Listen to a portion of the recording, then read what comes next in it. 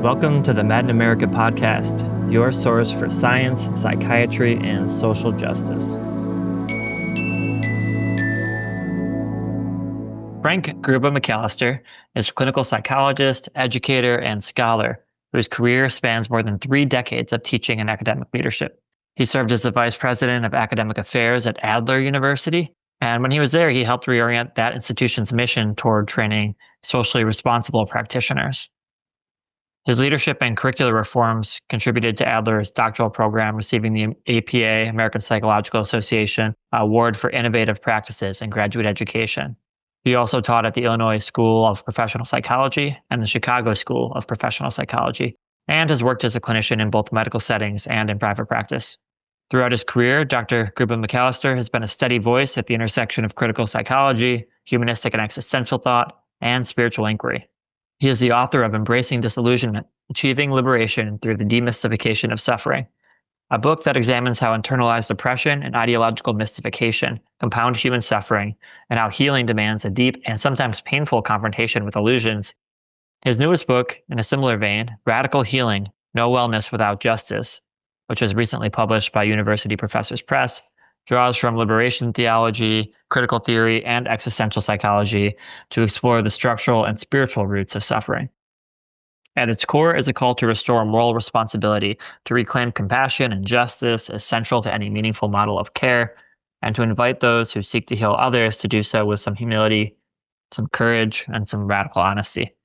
So in our conversation today, we'll discuss the origins of this work, the crises that shape our current political moment, and what it means to envision psychotherapy as both a spiritual and a political act.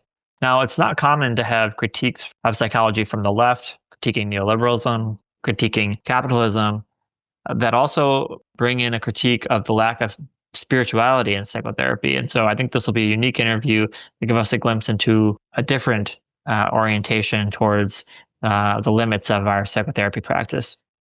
So Frank, welcome to the podcast. Great to have you here. Thank you. Great to be here. Let's begin with your own story. So what first drew you to psychology, I guess, broadly as a field? And what were some of your early experiences, whether they were personal, professional, or spiritual, that shaped your sense of what psychotherapy is and what it could be? Well, I think in line with what so much research has shown is many people go into psychology from a troubled background. And that was certainly true for me. Both of my parents dealt with psychological issues. My father with addiction as well. And I ended up really having, even from an early age, problems with what you might call a mood disorder. So part of it was basically trying to make sense out of my own experience. So somehow I got turned into considering psychology. And that's what I then decided to major in when I went to college. However, when I took my first psychology course, I was not happy because it seemed to me that it was way too scientific. I sometimes describe it as psychology makes the trivial important and the important trivial. And I really felt ambivalent. And I've always been, you might call, an ambivalent psychologist. So I stuck with it because I was a blue-collar boy. And even though I took as many philosophy courses as psychology, I knew that that was not going to be a way to make a living. And I went to graduate school. I studied with somebody who was more humanistically oriented. When I was in college, I was exposed to existential thought, had a very profound impact on me. But when I did my first internship, I decided I wanted to work with people that were not in a traditional psychiatric setting. So I did 3 of my, what they called rotations, with people who were either dealing with medical issues or neurological issues. And a lot of my work was really in what you might call health psychology.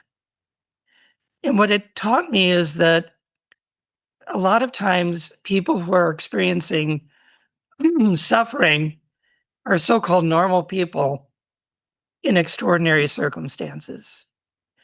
And that helped me to understand that it's important not to pathologize people who are in distress. And that became a theme for me.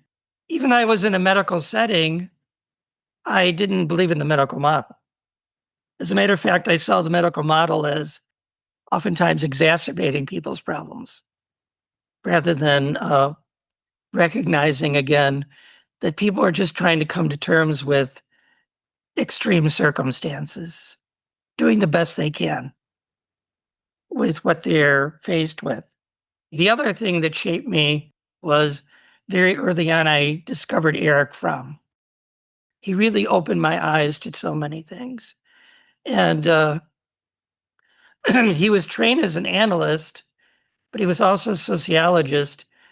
But the most important thing is he was trying to integrate Marx with psychology. And that appealed to me, having grown up as a blue collar person. Yeah, Fromm had a huge influence on me as well. So I appreciate that connection. And so I'm sort of it's kind of placing you in time here. In college, you're trying to move towards psychology because you're trying to make sense a little bit of your family, your own development, but you're also exploring philosophy. And it sounds like existential thought was really helpful for you at that time. And then when you move into psychology graduate school, you start to kind of have this expanding critique of the field that you've committed to. You're seeing some of the pathologization, you're kind of resisting the medical model, and you also are starting to build this political critique from sort of a Marxist perspective through the Frankfurt School and from. Were you sort of politically active at that time as well? Can you kind of place us in time what was going on and how you started to link politics to your critique of psychotherapy and your profession? I think back then I was not as political. I think because I was so focused on getting an education and, making my way in life. It wasn't until later, I think, really, that I became more aware that as a psychologist, I had an obligation also as a citizen, you might say, that I can't separate myself from my civic obligations to address larger issues that I saw happening in our country. So in between working in sort of health service psychology and then intentionally trying to shift Adler's focus towards social responsibility for psychologists, something shifted, something emerged. What happened in that time that led you to see social responsibility as being such an imperative part of the process of developing clinicians? Well, I think the groundwork again was laid by the idea that I saw many people who didn't have pathology, but they were still diagnosed as if they had a pathology, like a reactive depression, whatever that is. In other words, you're depressed because you have a good reason to be. It's like, you know, but when I began to look at it more broadly, what I began to see is how certain people were more at risk for those types of issues. So, for example, I became more aware of how poverty puts people more at risk. And, how our understanding of poverty is distorted by a capitalist ideology because we hold people who are poor responsible for their poverty as if people, want to be poor. I began to see how systemic inequalities put people at risk, or what is now called social determinants of health. But when you reflect on your education and training, which I did, I realized that nobody talked about those things. It was completely absent. So that when you stepped into a leadership role at a doctoral program, you very consciously wanted to kind of shift the emphasis and shift the training towards being able to prepare psychologists to think along these lines, to think about marginalization, and think about oppression, and think about ideology and the shaping of the psyche. How did how did that go?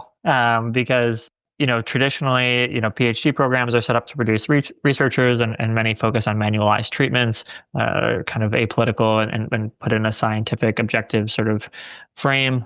And PsyD programs typically tend to be focused on producing clinicians and less on scholarship. I know these are characterizations that aren't always true, but this is the sort of stereotype. So what did you see as the limitations of these models that you were moving into, and kind of what kind of pushback did you get on trying to change the model? Well, one of the advantages I had was I was at Adler, and at least in its mission, it had a commitment to social justice. So what I thought is we need to do a complete revision of the curriculum. Can you say something about what kind of psychologist was the curriculum set up to produce that it needed to be changed? A traditional psychologist, what I mean by that is fixation on individualism. The idea being we're only going to focus on the person, even though we talk about the person as being embedded in contexts, we don't really give any serious attention to those contexts. If there's something wrong with you, and almost always there is something wrong with you, it's something inside of you. And so we have to fix what's ever inside of you, even though that means putting you back in the situation that created your misery. And that's what we were doing, creating people who felt that they were to blame, blaming the victim. And saying, if just fix yourself and everything will be okay.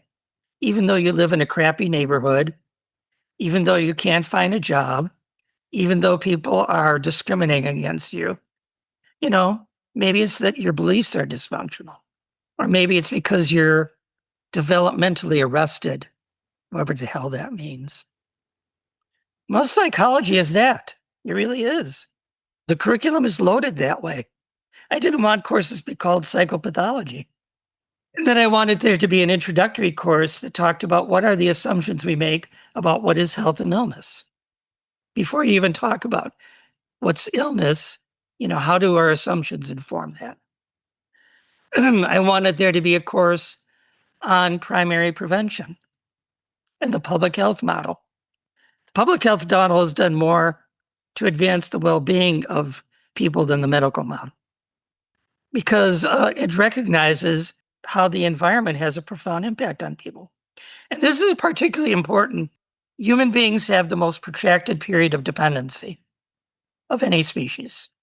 What that means is that human beings are more vulnerable to the adequacy of their material and social environment than any other species. And what that means is that the accident of birth dictates for most people the course of the rest of their lives. As you sort of reoriented the clinical psychology training program to be more socially oriented and context and environmentally focused, did students react to that? How did things start to change? What was the process like?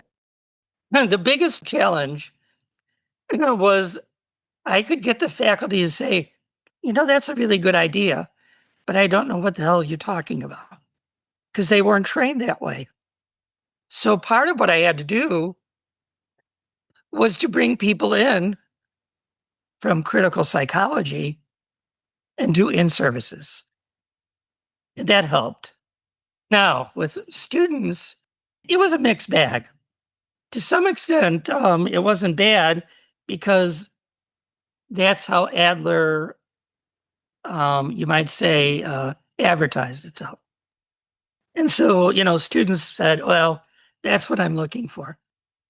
But, some students came from a privileged background, and I don't think they always bought it. And some even openly resisted it and said, how is this going to get me a job? How is this going to get me an internship? It's an uphill battle. You're framing it sort of that you were also embracing disillusionment at some point, that there was the needle didn't move maybe as much as you had hoped, and you were reflecting on on sort of some of the barriers to moving the field in this direction.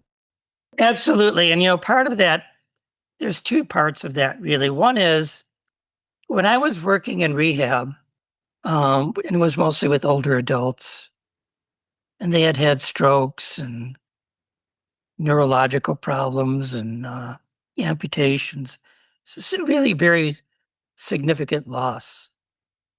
At some point, you're dealing with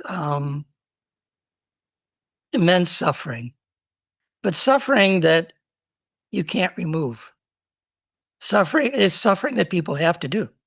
And at some point when I was there, I asked myself, am I really doing well with these people? Am I really meeting them where they are? And I didn't think I was. And so I decided I'm going to study suffering.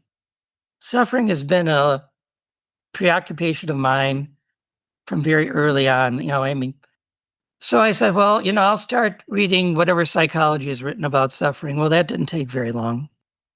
And what I did find was like existential thought or something like that.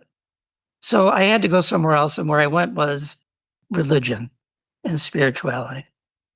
Religion is really a response to why is life so painful?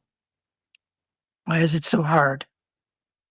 And that's sometimes called the soteriological function of religion, which started in what's called the Axial Age, when all the great religious traditions really began. And that was because human beings were becoming more self-reflective. And so they were asking themselves questions like, why am I suffering? Why is life so hard? What's going to happen after I die? And what the soteriological function of suffering or of a religion is a recognition of the pain of existence with the belief that suffering is redemptive. Right. I think some of our listeners will be familiar with the critical psychology critique of psychology as a discipline and also psychotherapy, reinforcing sort of capitalist ideology or the sort of neoliberal self or the sort of funding structures and all of these things that we've talked about. But it's maybe less common to also pair that critique with what you in radical healing you really elaborate on spirituality as an important part of becoming a healer through contemplative practice, not explicitly any religion. You draw from wisdom traditions. And I'm wondering if, yeah, we could say more about how you brought those pieces together. I guess like if Fromm is influenced by Marx and Marx says, religion is the opium of the masses, you're moving away from that political critique of religion and embracing a way of using religion to actually promote a form of healing that is politically revolutionary in some way. So yeah, can you say more about how you bring those things together? Let's start with Marx for a minute. Marx was not against spirituality per se, but he was against religion as an institution. Because we can see one way that religion connects to politics is not very good. For example, it was used to justify and support colonization, right? We see it in white Christian nationalism, not a good picture. So we have to be careful and recognize that there may be a relationship between religion and spirituality, but they're not the same. Religion to me is more driven by doctrine. In other words, you have to subscribe to a creed. Spirituality, for me, the essence of it is what we call the perennial philosophy.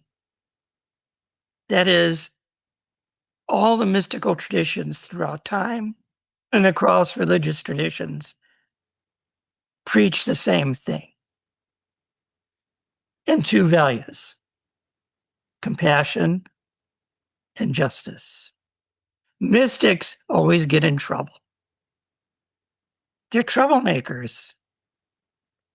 The Buddha was a critic of his social circumstances.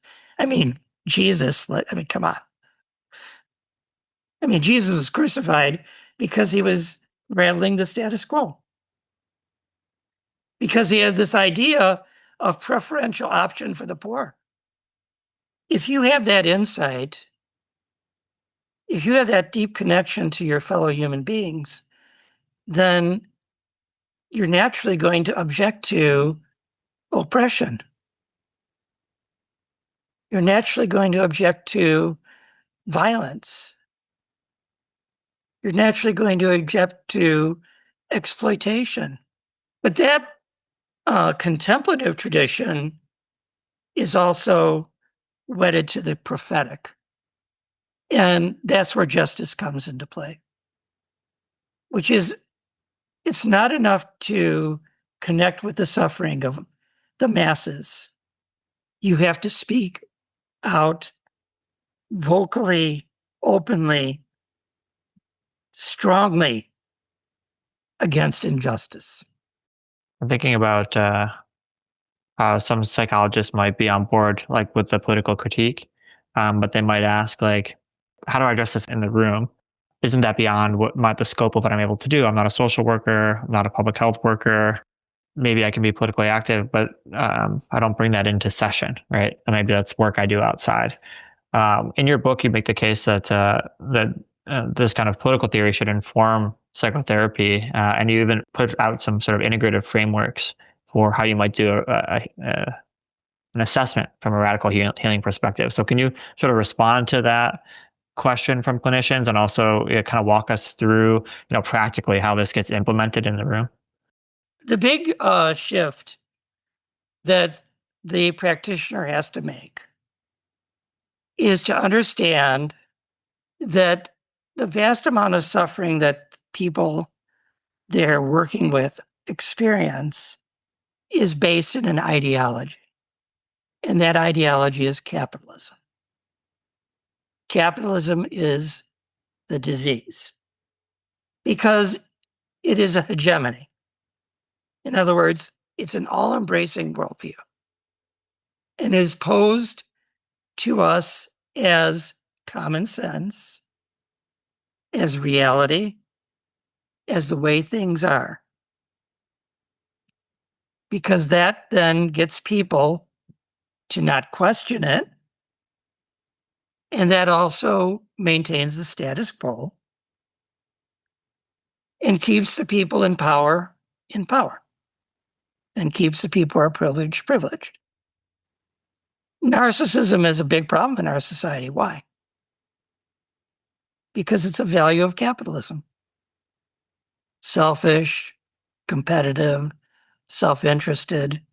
That's the way to be. We have made everything commodified. Healthcare is commodified. Relationships are commodified. Everything's for sale. Why? That's capitalism. Look at most of the problems people have. It all goes back to capitalism and the bill of goods that they've been sold. That's false. Like happiness is what matters in life. And how can I know to be happy? Take a drug, buy a new car, go to therapy. But no matter what, you're going to pay if you want to be happy. Okay? Happiness is not the goal of life. It's a side effect of the pursuit of other things that are important and meaningful. So when therapists say that's not within my purview, I think they're delusional. I think they're complicit with capitalism. I just reject that outright. And to be clear, it's because you're saying that when people come into the room, whatever symptoms they're presenting with are tangled up in this worldview that's sort of unquestioned, that informs the whole way that they show up in the world, what they value, how they approach relationships, how they think about their own worth. All of that is informed by this sort of invisible ideology. And so you really can't talk about any particular symptom or any, like, quote unquote self-esteem or boundary or like any of the sort of therapy lingo without also talking about the sort of cultural landscape in which these ideas about what it means to be a person are reinforced all the time. And this is where you make the connection to democratic socialism, right? Maybe we can get into that a little bit, because you're saying that, yeah, let me let you make the case for why democratic socialism is sort of necessary for improving well-being. All right, democratic socialism. Well, let's talk about it from a Marxist point of view. Class is not based on how much money you make. Class is based on what your role is in the production system. And there are two roles in capitalism: employer, employee. 3% of the American population are employers, 97% are employees. And what is the relationship of employers to employees? It's exploitative, because employers are trying to get as much work out of employees at the lowest possible wage. They control what is produced. They control how much is charged for it. They control where it's sold. They control most of the profit. All right, another thing. If you're an employee, how much say-so do you have? Zero. Capitalism is undemocratic. It's even undemocratic now because money dominates politics. So what socialism does is it removes greed and the profit motive from the economy by worker cooperatives, for example, where workers have a role in running the company. They have a role in what they get paid, and they have a role in taking ownership of what by rights they have created. Another thing is universal basic income. Everybody needs a certain amount of money just to live. And what's the argument for that? Look at the income inequality that we have in this country. I mean, the disparity in wealth is staggering. There's no justification that one can make for that. And then the other point is, and this is a Marxist idea, Marx said socialism is intended to allow for the creation of a society that encourages the maximum amount of flourishing or development of all of its members. And I agree with that. That's what justice is. That means free healthcare, free education, free childcare. We create a society where people's material and social needs are met irrespective of who they are. And I believe that if there's an ideology that's responsible for why people are ill, you have to abolish that ideology. So I'm an abolitionist. I believe in revolution, not reform. You can't reform capitalism. They tried during the New Deal, right? And as soon as Roosevelt died, they systematically started to undo it because it's still capitalism. So we need a new ideology, an ideology that supports flourishing, the optimal development and well-being of all human beings, where the accident of your birth does not dictate the course of the rest of your life, which to me, again, is one of the most egregious forms of immorality I can imagine. I mean, children suffering just because of the circumstances under which they're born, that just staggers my mind. So what it means is that when a person comes into therapy, you don't just look at what's going on inside of them. You talk about what's going on outside of them. You talk about the circumstances that they have to live with, and you validate the suffering that they experience from that, because by and large, the rest of society denies it or mystifies it by blaming them. You're to blame. Look at the rhetoric around people who are on Medicaid.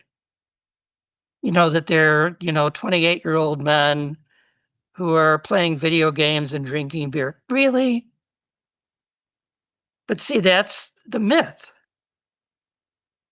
That's the myth. That so much of what the government spends is wasted on cheaters. The vast majority of people on Medicaid, if they don't have it, they're going to either get sick or die. That's the reality that they live with every day of their lives. Thinking about you write about liberation theology and liberation psychotherapy in the book, and this Freire's notion of de-ideologization, right? And I'm wondering about if you could say a little bit about that and like how that would work in the therapy room, and what role do psychotherapists have to notice or find ways of calling attention to when maybe say of self blame or some sort of presenting way of thinking about the self is caught up in this larger ideology that you're speaking about, and then how to do that without imposing, your own worldview or ideology on a client who may understand themselves in the world a little bit differently. How do you navigate that tension? That's a good question. And, it's a tension that is inherent in psychotherapy itself. Psychotherapy is like a dance.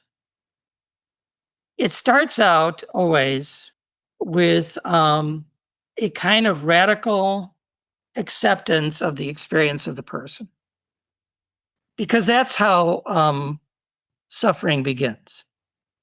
Suffering begins with what I would call mystification, which is you can't trust your own experience. What you think is not what you think. What you feel is not what you feel. So what the therapist is saying is, I accept what it is that you think. I accept what it is that you feel. I want to actually hear your story. I want to know your narrative. I want to see the world as you see it. But validation is not the same as agreement. I can validate, but that doesn't mean I say, and you're absolutely right, right? But that's where the tension then begins. In the second phase of therapy, I believe what happens is it becomes a dialogue, not a monologue. And what a dialogue is, I'm going to speak to my experience, and you're going to speak to your experience. And what I'm going to do is I'm going to sometimes raise things that might be a different way of thinking about it. Or I'm going to ask, could it be different? Or I wonder what it might look like if it was like this. Or have you ever thought about this? This is the idea really inherent in Freire's model of critical pedagogy. He says you always start with the experience of the oppressed, because the oppressed are the experts on what it means to be oppressed. And what that then leads to is, what do you think you might call this? What's happening? And they say, well, sometimes I think we're being cheated. Or sometimes I think people are being unfair. And naming is the beginning of the change process. So he calls that the raising of consciousness. You've raised people's consciousness because they are beginning to expand their awareness and say, oh, is that what's going on? You mean I can't get a job because they're discriminating against me? Yeah, I think that's a distinct possibility. As a matter of fact, if you were to talk about this, is where we could connect them with other people. I mean, if you were to go to this group here, you'll find that there's a bunch of other people that have the same experience as you. Oh, you mean there's other people who are being discriminated? Yeah. But then when you say, I wonder, or could it be otherwise, you're engaging that dialectical capacity to imagine. And that capacity for imagination, that what if, without that, we would never change. And that Freire calls enunciation, which is, can you conceive of a world that is more just? What would it look like? And that, I think, is the change process. But there has to be tension. Clients sometimes have to see, like, there's something weird with you. You don't look at the world the way I do. That's disturbing. Well, it's supposed to be disturbing because there's no waking up without shaking up. A therapist has to shake up, just like an educator to me has to shake up. There's a critique you can hear from the right that bringing social justice language, quote unquote, the way that it gets kind of pejoratively labeled into psychotherapy is a way of convincing people of their victimhood and producing passivity and having people blame systems and not take ownership of their lives.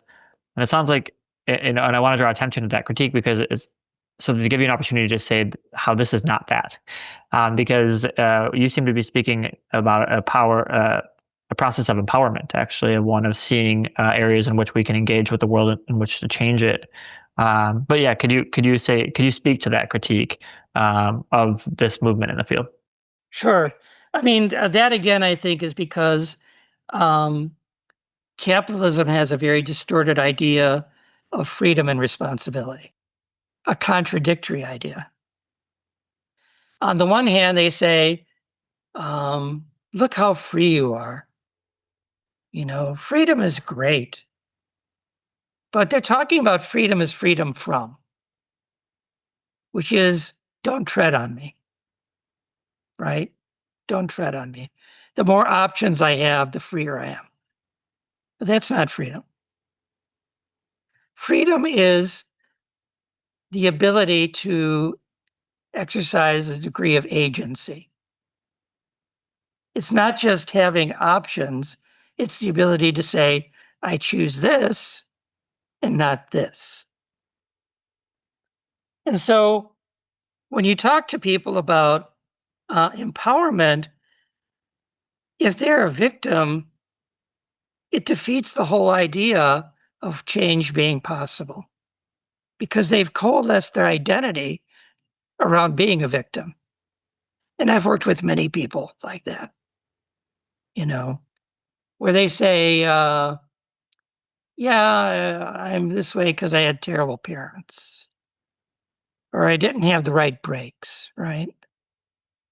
What you're doing in that is you're evading again, confronting the discomfort and the suffering that comes with re-examining your worldview.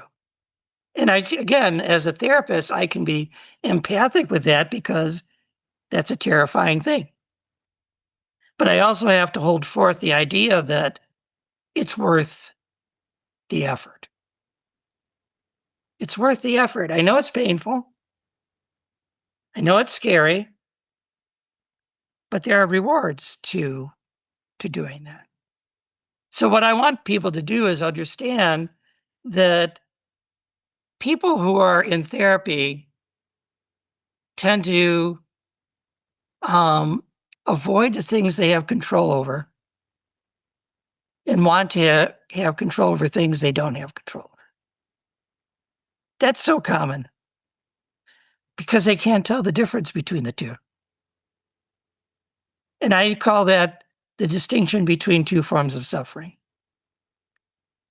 The first form of suffering is just suffering, what the Buddha talked about, which is suffering is due to transience. You're going to get old. You're going to get sick. You're going to die. Or what Frankl calls the tragic triad. You're finite. You're fallible. You're mortal. But if you believe that you shouldn't suffer at all, which some people believe, well, astonishing number of people believe, that suffering is always bad. You meet necessary suffering with resistance, right?